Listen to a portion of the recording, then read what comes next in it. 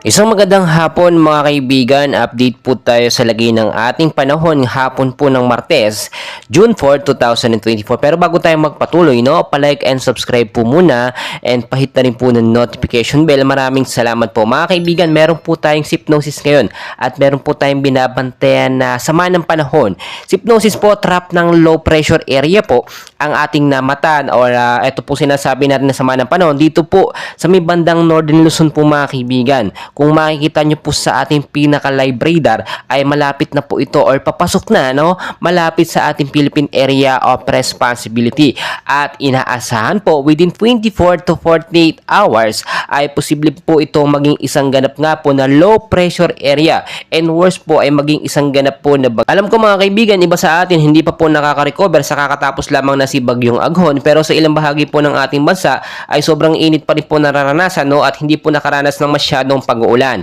So narito po yung forecast weather condition natin. Makinig po kayo yung mga lugar po na apektado nito nga pong trap ng low pressure area at ilang mga localized thunderstorm na posible pong magpaulan ngayong hapon hanggang sa gabi po yan. Sa area po mga kaibigan ng Cagayan Valley, Ilocos Norte, Apayao, Abra, Kalinga at Aurora mga kaibigan, posible pong maulap na panahon ang maranasan po yan ngayong hapon dahil po yan sa trap ng low pressure area. Posible pong magkaroon ng mga isolated light rains to heavy rainfall sa hapon hanggang sa gabi. Posibleng impact po pagbabaha sa mababang lugar at landslide naman po doon naman po sa matataas na lugar. Dito naman po sa Metro Manila mga kaibigan at ilang bahagi ng ating bansa, maulap naman po na panahon ang mararanasan sa piling-piling lugar sa Metro Manila, Luzon, Visayas at Mindanao dahil na rin po yan sa localized thunderstorm po na ating nararanasan madalas tuwing hapon. Pagbabaha po, isolated light rains ang inaasahan doon sa mababang lugar mga kaibigan, mag-ingat po kayo sa banta ng pagbabaha at landslide naman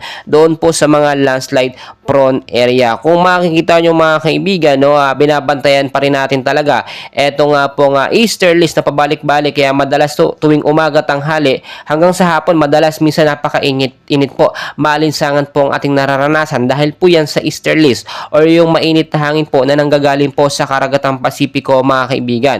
Kung titignan po ninyo, unti-unti rin naman lumalamig lumakas po sa 30 to 45 kilometers per hour ang hangin na ito. Mga kaibigan, ngayong umaga po ng Martes sa Metro Manila po, ang mararanasan po na init ang panahon dyan or heat index ay papalo lamang po sa 26 to 35 degrees Celsius sa Metro Manila. Sa ilang bahagi naman po ng Luzon, Visayas at Mindanao, mas mababa po ang temperatura na mararanasan. So mga kaibigan, tulad po ng aking pinapaalala, maging handa po tayo anumang oras.